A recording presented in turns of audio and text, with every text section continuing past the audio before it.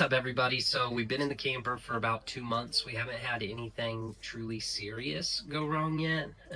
Today was just a normal day. Woke up, everybody was still asleep, was making some coffee. We have a rug right in front of our refrigerator and in front of the cabinets, and when I stepped on it, it was soaking wet. So I pulled the rug back, took a look at where I thought maybe the water might be coming from, and it looked like it was coming from right below the cabinetry work or the woodwork under the refrigerator. So, not ever having an RV, first thing I usually do before I dig into anything is I sit down and I just start Googling.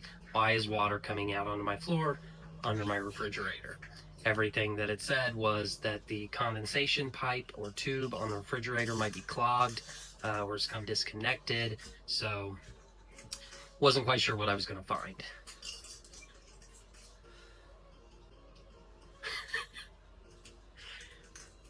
All right. So I had to locate our hot water heater one time under our pantry. There's a little access.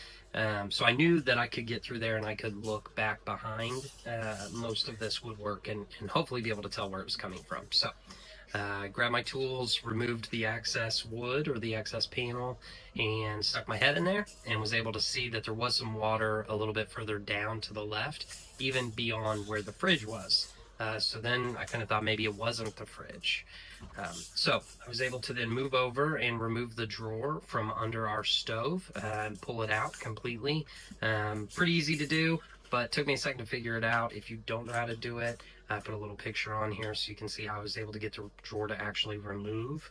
And then I was able to kind of shove my head in that tiny little space and see what was going on. And it turns out it was the PEX piping that water travels through to connect to the little hose port on the side of our RV, which I've gotten a lot of use out of pretty much since the day we got it. I hooked the hose in that came with it and have used it.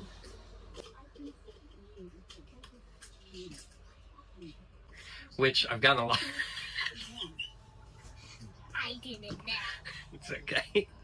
All right, which I've gotten a ton of use out of since we bought the camper. I plugged the hose that came with the camper. I plugged it in the first day, and I've left it plugged in. I don't know if that maybe caused the problem, leaving the hose plugged in or not. But anyways, it's leaking, and pretty consistently. So I knew I had to do something about it. Now, I'm not like the most handy person, and I'm certainly not a plumber. So I had also recently just purchased an additional hose for our water hookup. So I use a splitter, but it's a three-way splitter. So I have the freshwater hose, I have the hose for our black tank, and then I have an additional hose, and I use that for hosing off the truck, hosing off the camper, hosing off the patio if there's one in front of where we're parked. And so I knew I wasn't going to need that hose anymore. So what you'll see that I did here is I just decided that I was going to cut the PEX piping and I was just going to cap it for now. I'm not saying that I won't go back and repair it later. Maybe I'm going to find out I do need access to that hose, that I do want to use it, but for right now, I needed the problem to stop, and my family's going to need water as soon as they wake up, so I knew I needed a quick solution. So I went to Home Depot and I got caps, just little end caps for PEX piping, as well as some old school clamps. They had some clamps for the PEX piping that was specific. I think they were like crimp clamps, but I'd never used one. I didn't know what it was. So I actually went over to the galvanized piping section and bought just the good old school screw tight clamps. I think the fear is that if you over tighten it, it could cut through the PEX piping. I just made sure I got it tight, but not so tight that it was harming or causing trauma to the PEX piping. So I got that stuff. I spent no more than like $28. I even got a tool for cutting PEX piping, so I didn't have to do it with a pocket knife. When I got home, first thing I did is I opened up everything I was going to need, made sure I was still on track and got all the right stuff that I needed. And then most importantly, and I almost forgot, I went outside and shut the water off. Came back in, turned on the sink in the kitchen, turned on the sink in the bathroom, just to let all the water that was currently in the RV kind of cycle through. Then grabbed a bowl, put it under that pipe connection, that PEX pipe where it hooks to the hose outlet, behind this cabinet and put a bowl under it so that when I cut it, if there was still water in the line, it would come out. And I'm glad I did, because a lot more water came out. So I was able to cut the pipe. It was super easy with this tool. Like I said, for everything, I spent $28 maybe. I think the tool was $9. Cut the pipe, let the excess water drain out, slid the clamp over the hose, put the plastic cap into the end of the hose, and then slid my clamp right where I needed it and tightened it down. Dried off the hose to make sure that once I turned the water back on, I could tell if it was working or if it was still leaking a little bit.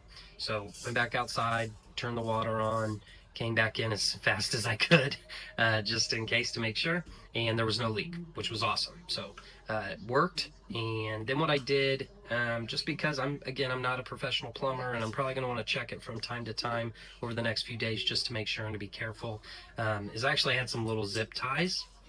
And so I just kind of rigged it up to the connection it used to be connected to, that little hose outlet, just to keep it upright.